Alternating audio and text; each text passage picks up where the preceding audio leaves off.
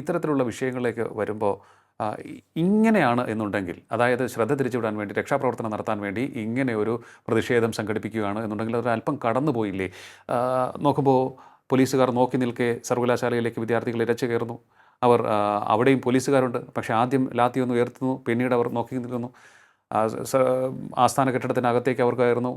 പല നിലകളിലും അവർ പോകുന്നു. അവിടെ അവർക്ക് എന്തെല്ലാം ചെയ്യാമോ അതെല്ലാം ചെയ്യാൻ സാധിക്കുന്ന ഒരു സാഹചര്യം ഒരുങ്ങുകയാണ്. ഓർക്കുക, ലക്ഷക്കണക്കിന് അല്ലെങ്കിൽ ഒട്ടേറെ വിദ്യാർത്ഥികളുടെ ഭാവിയാണ് ഒരു സർവകലാശാല ഹോൾഡ് ചെയ്യുന്നത്. ഒട്ടേറെ സുപ്രധാന രേഖകൾ ഉള്ള സ്ഥലമാണ്. അതുപോലെ തന്നെ കാലിക്കറ്റ് എല്ലാ സർവകലാശാല ആസ്ഥാനങ്ങളിലും നടന്നിട്ടുണ്ട്. കാലിക്കറ്റ് സർവകലാശാലയ്ക്ക് പോകുകയാണെന്നുണ്ടെങ്കിൽ അവിടെ ജീവനക്കാരെ കയ്യേറ്റം ചെയ്യുന്നു. ഇതും ഉണ്ടായിട്ടുണ്ട്. ഇത്തരത്തിൽ ഉള്ള ഒരു സമരം നൽകുന്ന സന്ദേശം അത് വളരെ മോശമായിരിക്കില്ലേ? അത് നമ്മുടെ വിദ്യാഭ്യാസ രംഗത്തിന് എത്രത്തോളം ഭൂഷണമാണ്? സർവകലാശാലകളാണ് ഇത്തരത്തിൽ കഴിഞ്ഞ കുറച്ച് കാലങ്ങളായിട്ട് നമ്മുടെ സർവകലാശാലകൾക്ക് ഭൂഷണമായിട്ടുള്ള എന്താണ് ഇവരുടെ ഭാഗത്തു നിന്നുണ്ടായിട്ടുള്ളത്? നോക്കൂ, നമ്മുടെ സർവകലാശാലകളെ എടുത്ത് നോക്കിക്കഴിഞ്ഞു കഴിഞ്ഞാൽ ഡിഗ്രിക്കും പി ജിക്കും ഒക്കെ 50%-ലധികം സീറ്റുകൾ ഒഴിഞ്ഞു കിടക്കുകയാണ്.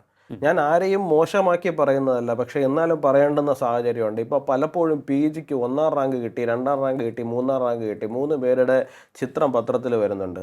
നിങ്ങൾ ഈ പല കോഴ്സുകളും എടുത്ത് നോക്കിക്കഴിഞ്ഞ് കഴിഞ്ഞാൽ ഈ പല കോഴ്സുകളിൽ ഈ 3 പേർ അല്ലെങ്കിൽ 5 പേരാണ് ഈ പരീക്ഷ എഴുതിയിരിക്കുന്നത്. ഈ 5 പേർ എഴുതുന്നവരിൽ നിന്നാണ് 3 പേർക്ക് റാങ്ക് കിട്ടുന്നത്.